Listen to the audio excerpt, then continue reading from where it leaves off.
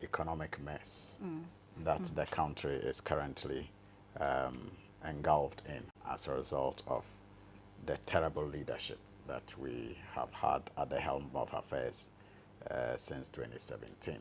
So it's biting hard on market women in the constituency, it's biting hard on farmers, it's biting hard on yellow drivers. You know, it's biting hard on the youth who are unable to find jobs, despite the fact that many of them have completed one level of education or the other. Youth unemployment, we are told, is unprecedented. Unemployment that used to be around 8%, generally is now around 14%. And so the general economic, troubles that everybody is going through in the country is what the very good people of Tamalinov are also experiencing. West, only lately, we have had to also deal with the perennial water shortage. Perennial because almost every year for the last couple of years, when it is around this season, many people have to travel long distances in search of water that is sometimes not even available. And it is a worry to many, especially those of us who are the people's representatives. I mean, women especially are the hardest hit. They have to travel long distances, very early in the morning in some cases, sometimes late night, in search of water so that they can keep their families and their homes together. It affects children also, because sometimes they have to either wait for their parents to bring water before they can prepare and go to school, or they have to escort their parents to make these long journeys in search of water before going to school. So of late, that is what we are battling with. And of course, the intermittent power challenges. As the people's representative, we raised the issue on the floor of Parliament a couple of weeks ago, the water situation, and demanded attention from central government, because some of the interventions that are required are beyond the reach of the Member of Parliament. I mean, I'm sure we'll get into it, but I have helped in providing a number of boreholes in many of the communities, and that is the level at which I can intervene. And I have also raised the matter on the floor of Parliament, seeking government's intervention to alleviate the suffering of the people as far as the shortage of water is concerned. Well, interesting. We'll come to all these issues, but I would want us to start with how you're gearing up and how confident are you of maintaining your seat come December 2024 general elections, before we go back to the issues confronting your constituency. Yes, so the northern region is going to be very different in many ways in the upcoming general elections. You know that before the carving out of two regions from the former northern region, we used to have Savannah, the Savannah region, and then the northeast region being part of northern region. Today, northern region stands alone with 18 constituencies. And out of the 18 constituencies, the NPP and the NDC have shared their seats, 9 apiece. So the NDC has 9 seats, and then the NPP has 9 seats. Sorry. And interestingly, I wanted to cut you. Right. Honorable, traditionally, the northern region is for the NDC. Now, what do you think is accounting for this? I mean, the fact that all of a sudden, both the NDC and the NPP are sharing the seats equally, isn't it surprising? It is. What is to account for this? It is. It is very surprising, and for some of us, it is disheartening. But I was just going to make the point that if you look at the position of Northern Region as it is, carved out now, you are going to have the flag bearer of the New Patriotic Party coming from the Northeast Interesting region, times ahead. and then the flag bearer of the NDC coming from the Savannah region. So you have the Northeast on top, you have Savannah on the sides of Northern region, and you have the original Northern region in the middle with, like I said, 18 seats. Unfortunately, the NDC seem to have lost a number of seats to the NPP in the last couple of elections that we have had, which is disheartening. I mean, for some of us, you can attribute it to many reasons, multiple reasons. It's not tied to one. One of the main reasons, in my view, has to do with disunity among members of the NDC. And this disunity is largely, in my view, fueled by complacency. I mean, over the years, like the way you put it, the Northern region has always been known to be an MDC stronghold. And so out of complacency, we started, fighting needless battles and needless, contests and unnecessary competitions. And as a result, like they say, when two brothers fight, it's the stranger who inherits the booty of the family. And in my view, that is what the NPP has done.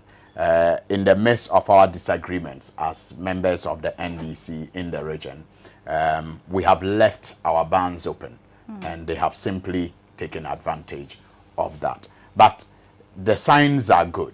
The signs of recovery are looking very good.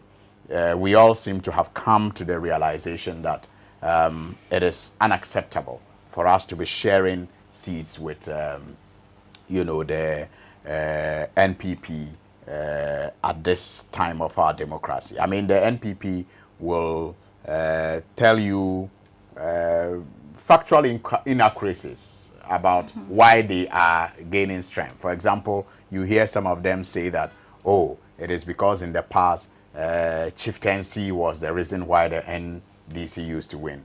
That is a lie. That is factually inaccurate, because you see, the NDC used to win the entire Northern region before the chieftaincy issues began. When Jerry Rawlings was the candidate of the party, we won the entire Northern region. And even in 2000 general elections, when the NPP was very popular and won the general elections, they did not win the Northern region. And at that time, the Yana was not murdered. And so it could not have been as a result of chieftaincy that the NDC was winning the Northern region. In fact, at the time, the NPP just had one seat, and that was the Yendi seat. All other seats were for the NDC. In fact, in my view, if there's any chieftaincy impact at all, I think it is the NPP that has benefited from it. Because, take note, the NPP started winning constituencies in the Northern region after the murder of the Yana in 2002. It was in 2004 that they won Bushagu in addition to Yendi. And then they have been increasing. Going ahead to win Tolong, went ahead to win Nantong, went ahead to win, Zabzugu. And they have been increasing to a point where we are now sharing the seats since 2002.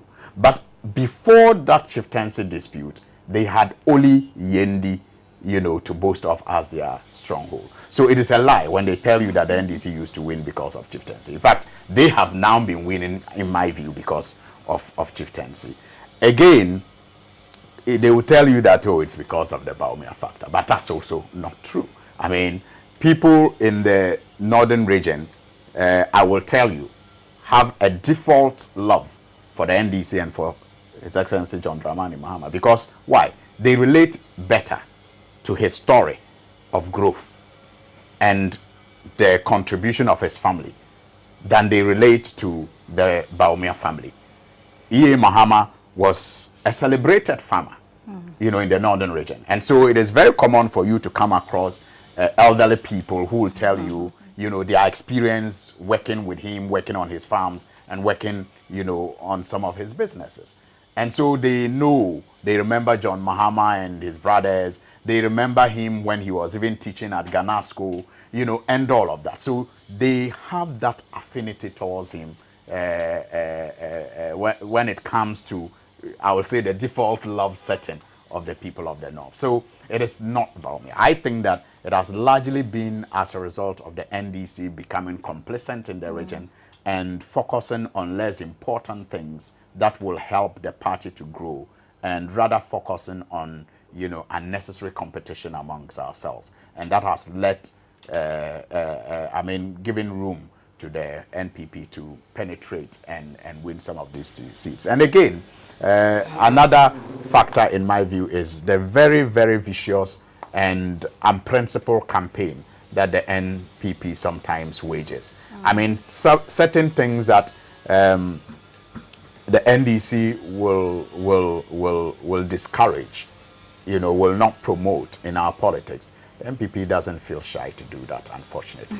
But we have learned the trick, and I can assure you that the NDC is going to take back the North in this. I was just about asking that. Elections. Moving on, I mean, what are you putting in place to win all your seats back? I mean, any tactics? I mean, do you have anything in mind? Yes, I mean, it is not for me to share the tactics publicly, but I can assure you that indeed the need to work together has dawned on almost every leading member of the party in the region, and there are, you know, structures in place and programs and activities that have been, you know, designed for us to properly engage the stakeholders that we need to engage to recapture the North. And I can assure you, I mean, take it from me, I'm very confident that we will win some of the seats that we lost in the last 2 elections to the MPP. For example, we are very confident of winning Miang. We are very confident of winning Nantong. We are very confident of, you know, making inroads in the Eastern Corridor, made up of Zabzugu, Bimbila, and, you know, Tatali area. So we are working together, and we are working with a plan.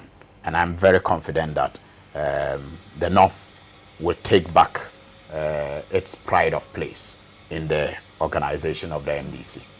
Honorable, you are a second-term member of parliament for the constituency. Now, how fortified are you that you have the trust of the people? What makes you think, or do you think that you've worked tirelessly to win their love and interest come December 2024 general elections? I've done my very best, but I am not one politician who thinks or believes that your very best is necessarily the reason why the people, you know, will retain you or not. I think it's by the grace of God, and so I continue to pray for that grace to continue to abide with me. And I believe with that grace, the people of Tamale North constituency will appreciate all the contributions that I have made together with my team to improve conditions in the constituency. I believe that the people will reward that hard work, they will reward that progress, and they will continue to support us the way they have always supported us. I do not take lightly at all their support and their prayers over the years. I am very, very humbled by it, and it inspires me to continue to do my very best. And I am very, very sure that the people will give me a third time in office, inshallah. Good. Honorable, how have you fared in your second term as the Member of Parliament for the constituency? Well, the verdict is out there. I, as much as possible, apply myself diligently to whatever task that I am given. And I believe I've done just that in the last 2 terms that I have represented the people of the Tamale North constituency. I have, as much as possible, been very, as much as possible, I've been accessible. I have made it a point to be in the constituency almost every other week to engage and also to participate in whatever is important in the constituency and important to the constituents. Through those engagements, I come face to face with some challenges, some of which I am able to resolve with the little capacity that is at the disposal of the member of parliament. So in the area of education, in the area of health, in the area of youth empowerment and others, as a result of constructive engagement with the people, we can boast of improvements that we have championed in the constituency that I believe are serving the people well. And so generally I will say that to the best of our ability, myself and my team have discharged our responsibilities admirably. Now, how challenging has it been since your tenure as Member of Parliament for the constituency, owing to the fact that you are an MP whose government isn't in power? It hasn't been easy, I must admit. I was like you, a journalist in the studios of Radio Gold, and the invitation and the persuasion moved me from the studio to contest primaries of the NDC in the 2015 party primaries. And fortunately or unfortunately, I won and became the party's parliamentary candidate for the 2016 general elections. And fortunately or unfortunately again, I won, but the NDC lost the general election. So you can imagine how ill-prepared I was coming to parliament with my party in opposition. There were many people who predicted that we could not survive and we were going to become a disappointment to our constituents so early in the day, because they imagined that our support system, which was at the time the government machinery, was no longer available to us. But I remember what I told my constituents after the 2016 general elections when we went round to do a thank you tour, that yes, our mother, quote and unquote, may not be in the room to serve us meals, but I am confident in the God that we serve, that once His grace, is upon us, we will not fail. And inshallah, I think that to the glory of God, we have not failed. And I believe it is the reason why in the last NDC primaries, I was made to go unopposed, and this is after serving the constituents for the number of years that I have served without my party in government.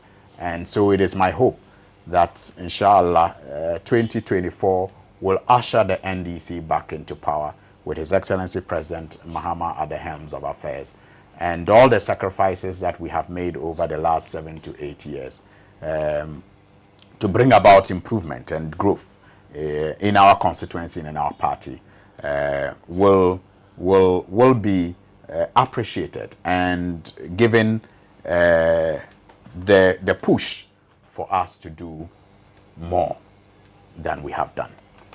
Honorable, I mean, from the start of your conversation, I think you started raising concerns about some challenges confronting your constituency. Well, I would want us to take a look at some intrinsic issues confronting or facing your constituency. Yeah. And as Member of Parliament, what have you done so far to lessen the suffering of your people? Well, so I started with the water situation. Water. It's precarious. I mean, it's terrible. It is a general problem that the greater Tamale faces. So it is not just the Tamale North constituency. It is the entire, Tamale area made up of the Sanarigo municipality and then the Tamale Metropolitan Assembly. Now, we were assured of an intervention that we were hopeful was going to resolve the problem when this government came into power. They came with a contract proposal under the theme, the Bywater Expansion Project. We took particular interest in it because we knew the suffering our people were going through, especially in these seasons when it came to the provision of water. So we assisted this government to pass that loan agreement. Unfortunately, 4 or 5 years after passing that agreement, no work has taken place, and we are left, worse off than even it was before the loan agreement was passed. But in my own small way, I have assisted in the construction of a number of boreholes. The problem also is that the Tamale area tend to have a low water table. And so many areas, when even boreholes are sunk, the water quality is either bad or is low. And so after a couple of months, it dries up. And that is a very big problem that we are confronted with, because as members of parliament, the funds available to us can only provide some of these things. But thankfully, in some communities, the boreholes are working. So if you go to the Paumo area, the Tunaili area, Watke, Kalpohini, then to Gumani, then to Wovau and Wovoguma, and even Banyamle, where the crisis is even worse in my view. We have provided a borehole there before. It is not very effective, but I mean, it is what we can do at the moment as members of parliament. I recall that in 2016, when the NDC was still in power and I was a parliamentary candidate for the constituency, together with the assembly and a non-governmental organization, I've forgotten the name, we were able to lay some pipelines around the Banyamle area to extend the water supply. In fact, we even commissioned 2 community standpipes, I remember, in the Banyamle area at the time. But the problem today is not about the extension of the water supply, because we solved that when we're in power. What we now have is the availability of the water for Water Company Limited to even process and distribute. The Nauni is the only intake. We are told the water supply there constantly is reducing, and so that is why the Bywater project was to bring about another source of water that could be processed for distribution. So the problem now is not the distribution. I mean, I remember